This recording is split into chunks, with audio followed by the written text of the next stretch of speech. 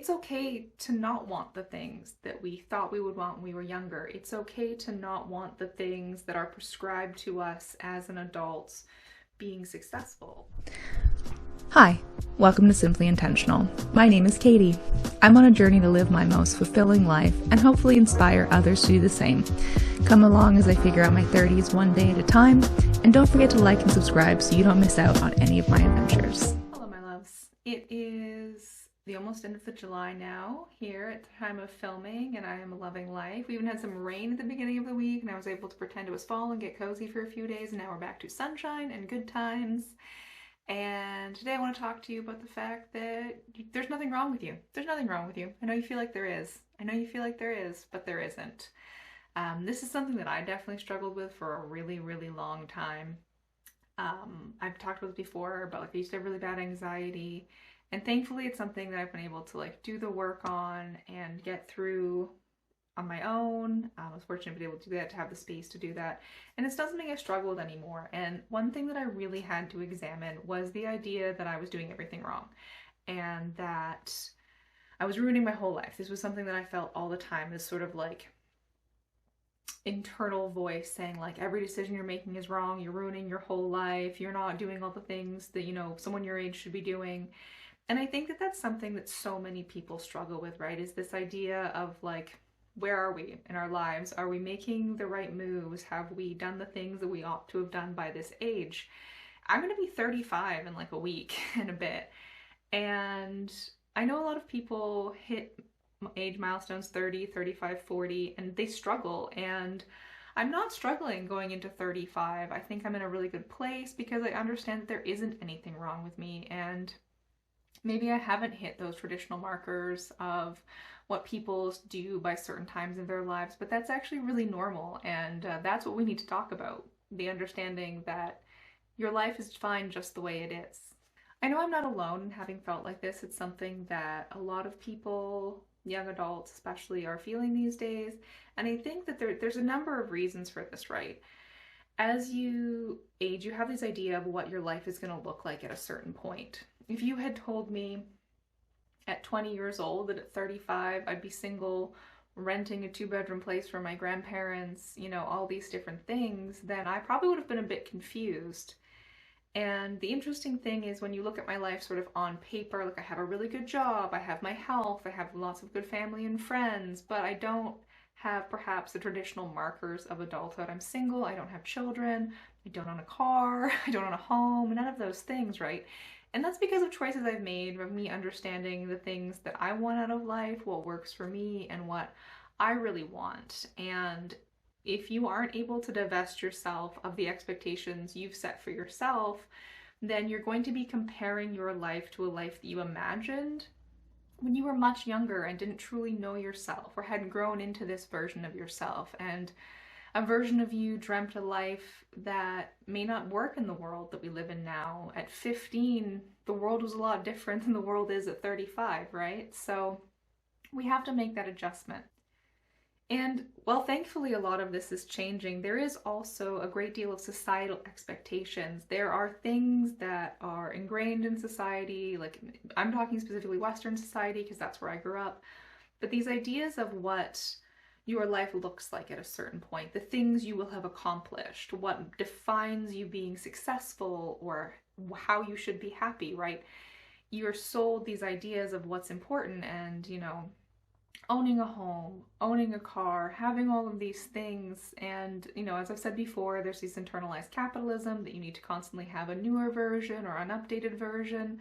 We get sold this through a lot of different ways, right? Through movies, television, books, all these different things of what the normal life looks like. So when we don't have that, when we have not reached these milestones set by society, which may have been set by society 50 years ago, or may have never existed at all, except in some sort of fictionalized version of our society that appears in media, we're going to feel let down, and we're going to feel like we're not adults, like we're not really participating in the world, and it's normal to feel that way. There's absolutely nothing wrong with you, I promise. It's okay to not want the things that we thought we would want when we were younger. It's okay to not want the things that are prescribed to us as an adult being successful. I don't particularly want a long-term relationship right now. I'm very content in this season of my life being alone, discovering things about myself. But I'm often told that that's sort of the be all end all of happiness, that to be single and 35 is the worst thing that could happen to you. My God, what if I'm still single at 40? But to me, that's not a priority right now, and that's okay. I never want to have children. I don't have the temperament for it. It's not something I envision for my life. And I've put quite a bit of thought into that, and that's something that it took me a number of years to realize. And that's fine too. I don't have to want those things. You can go through this life and build something that works for you. You don't have to let other people's definition of success define what makes you happy. You don't have to let what makes someone else happy determine what makes you happy. And I think that that's something too with our peers and, you know, our people our age and people that we work with. We see their lives, and oftentimes people will see you living a life that isn't the same as theirs as some sort of like confrontation about their choices. I run into this a lot being child free. People think that I'm judging them or that I think that I'm better than them for not having kids, and I don't. I think that there are lots of wonderful parents out there, and I'm super happy that they got to do that. But that's not my path, right? And so I'm not judging someone who wants kids and who wants to buy a nice home in the suburbs and do all those things. If that really makes you happy, then go for it. But people will see your own definition of happiness as saying theirs is lesser, that they're not as good as you. That really says more about their own internal struggle and dialogue, and so really don't take that too personally. You also just might not be there yet, right? We don't have to achieve certain things by a certain age. You may not be in a position to buy a home right now, but that's something you want to do, and that's okay if you haven't done it yet. You'll get there eventually, or maybe in 5 years you'll realize that isn't a path that you want to go down, and you want to spend more time traveling, and that money is better invested in another way for your life. You may want to finish your degree but haven't done that yet. That's fine. It doesn't matter if you decide at 30 you want to go back to school or change your whole life. When I was 21, I did a semester abroad. There was a woman in the course with me. She had to be in her late 40s, early 50s. We were chatting one day and I said, well, why are you here? Like, what are you doing? And she said, oh, I've spent my entire life doing computer programming, and she worked in IT and all that stuff, and she realized her kids were grown. She didn't want to do that anymore. So she was going back to school and she was going to be an archaeologist. She's an archaeologist now. And I think that's amazing. And I love meeting people like that. I love hearing people's stories because I think if you listen to what people are saying, you'll see that there are so many different paths in this world, and there's so many different ways to achieve happiness, and there is no timeline on it. There is no timeline to achieving the things that you want. If I went back 10 years, the things I wanted then, I do not want now, and that's okay. I spent a lot of time investing, working towards those things. I decided it wasn't for me, and I moved on.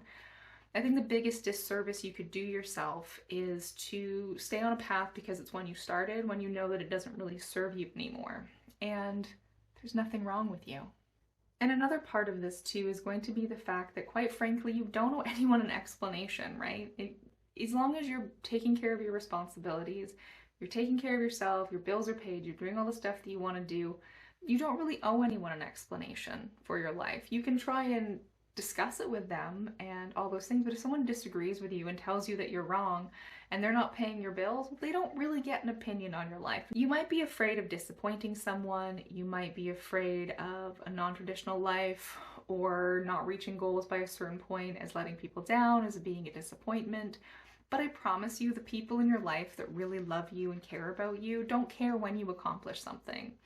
They don't care if you change your mind. They will be more disappointed and more upset to find out that you lived a life that you didn't truly love and truly enjoy simply for the sake of not disappointing them, simply for the sake of doing what you thought you ought to be doing when you don't actually spend any of the time doing what you love. I think we need more people in this world doing what they love, doing what they want, leading by example, taking responsibility for their own happiness and their own actions, and realizing that there's nothing wrong with you. The best gift you can give yourself, and quite frankly, the best gift you can give to the people in your life around you, is to live life in accordance with your own values, to find what brings you joy and bring more joy to the world, to take responsibility for your own happiness, to take responsibility for your own life and live a life that is meaningful to you, and so that you can be a good friend and be a good partner and be a good family member and be a good part of a community without sacrificing who you are and without spending a life that's going to leave you worn out and beaten down because it isn't what you really wanted to be doing anyways. Don't feel guilty if you aren't where you want to be in life. You have your whole life to do it. You could be 60 years old and think, I want to be a painter. Go out, buy some paints and pick up a paintbrush. What's the worst that's going to happen? You make some ugly paintings? Okay. But you're not going to get there if you don't start. And I talked about this in a video before. The only way to get good at something is to do it. The only way to find out if you don't like something or if you don't want to do something is to go out and do it and realize you don't like it and that you don't want to do it. So if I could leave you with one piece of advice, it's to live boldly, to go out and to seize the things that you think are going to bring you happiness so that you can leave flowers for other people and you can show them what a life lived with intention and integrity can look like, because that's a gift to the people around you, not just yourself. All right, my darling humans, that is what I have for you this week. I hope you enjoyed it. Let me know down in the comments what you think of this. What kind of stuff do you do to bring yourself joy? Have you felt this way before? I know that I have felt a lot of time feeling guilty about my choices when in reality the only person I owed an explanation to was myself. Guilt is the lowest vibrational emotion. Don't let it take over your whole world. As always, thank you so much for being here and watching to the end. Subscribe to my channel if you want to check out some more stuff. Hit me up on Instagram. I'm always happy to chat with anyone who wants to reach out. And take care of yourself. We'll catch you in the next one.